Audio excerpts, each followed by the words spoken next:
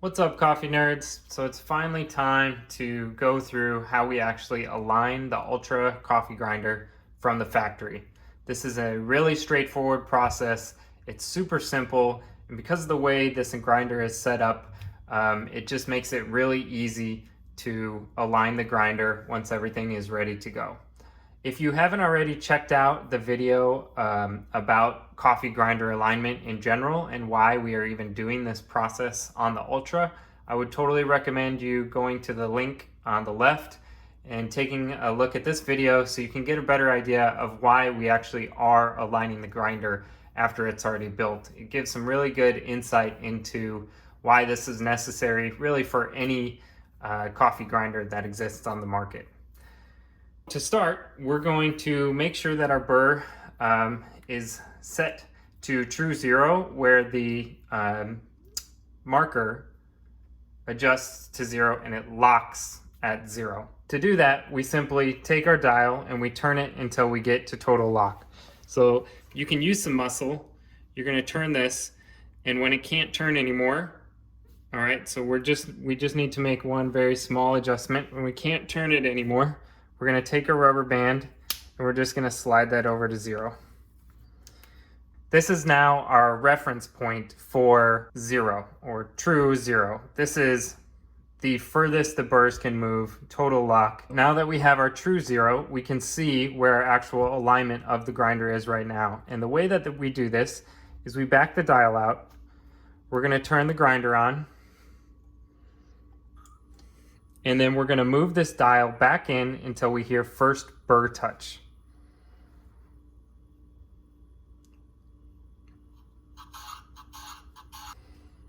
So we can back it out and do another check just to make sure that our alignment really is in fact at 1 or 50 microns. Now it's touching again. We're at 1. At this point, we're actually going to leave the grinder running. And this is how we are actually going to make our adjustments for the alignment. The way that we do this is really simple. We have 8 touch points on any grinder, each of the 4 corners and right in between the 4 corners. So what we can do, because this plate is floating, we can very gently push down on each section and we can figure out where the noise goes away.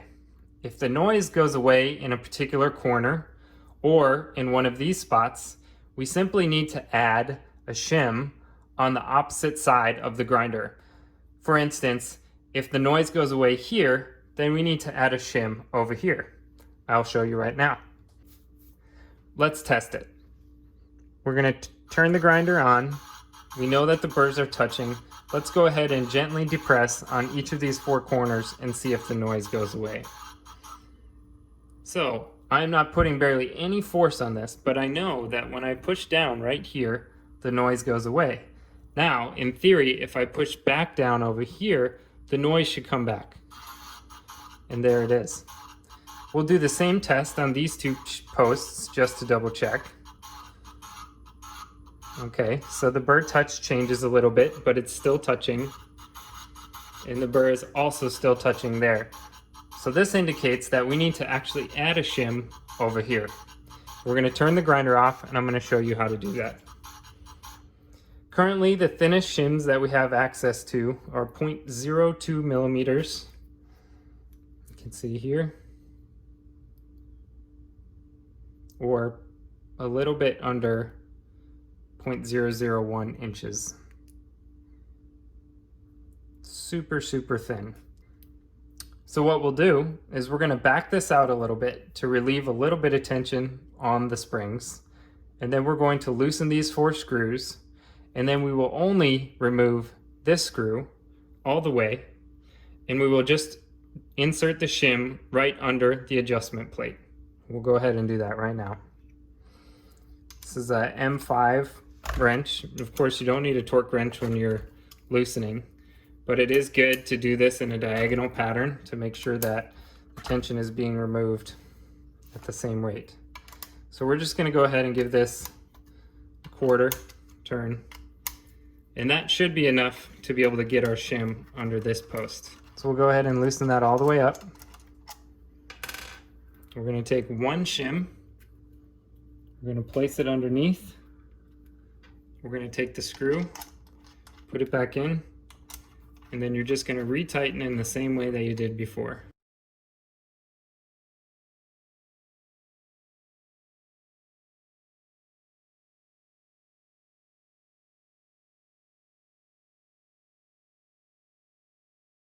All right, now we're going to go ahead and retest. So we're going to bring this back down. Now, one thing to note is if you're adding shims, you do need to double check your zero again, because you're essentially raising this plate up a little bit. So it's very possible that your zero will be slightly lower than it was before. And as you can see, our zero has moved approximately 5 microns. So we'll go ahead and reset our zero again. So now that we've re-zeroed, let's go ahead and check the alignment again. Turn the grinder on, and we're going to go ahead and just very slowly bring it down just like we did before. So the alignment seems to be about the same in this case.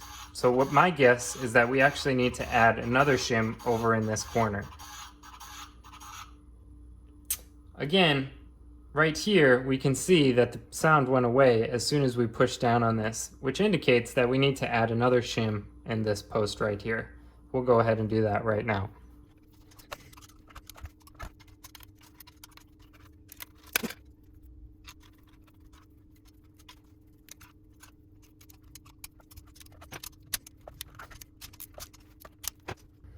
So now that we've added a second shim on the back post here, let's go ahead and recheck our alignment again.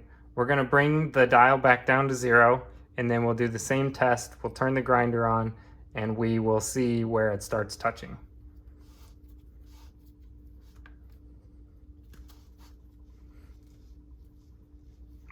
Looks like this moved a little. We're going to back that out, turn it out, grinder on.